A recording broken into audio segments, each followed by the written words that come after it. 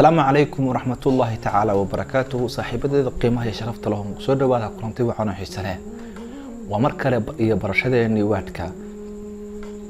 cashirkan waxaan ku baran doonaa toolkan ku calaamaday oo loo yaqaan format painter. haddaba format painter macnaheedu waxa weeye markii aad qoraal doonayso inaad ku sameeyso formatting ama inaad midab ka bedesho ama color ka bedesho ama font ka bedesho ama wax ku sameeyso isla mar ahaantaana aad doonayso qoraalka waxa ku sameeysay ama waxa ka bedeshay midabada ka bedeshay in aad ku sameeyso qoraalada kale oo kale waxaan ku fiirinaa muuqaalada oo kale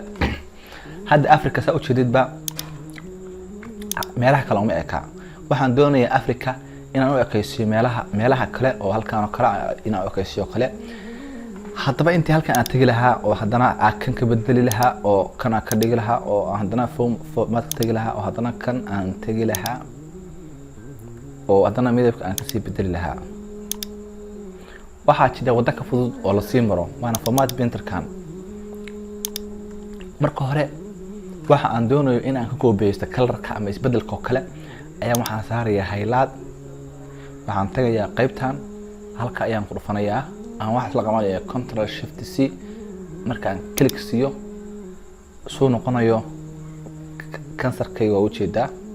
meesha aan doonayo in aan isbedelka ku koobiyeeyo kale tusaale ahaan qoyska build ayaan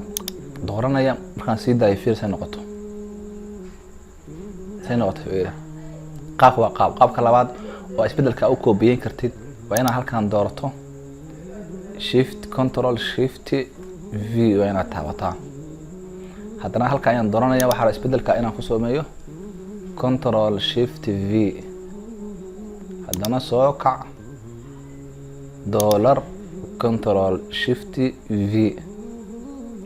قاب كاس وقاب كحلو ببدله هل كان يميل كبدل ساعة حقاق بولدي ثالث underline أيضا يلسا وهتكون بيستنسى control shift baad ku biisanaysaa isbedelkaas halkaan ayaad imaanaysaa haddaad inaad ku biisatid marka hore waa dooranaysaa waa qaabkii hore waxaad tagaysaa formatting kaas format painter kan ayaad tagaysaa meesha aad doonto ayaad dooranaysaa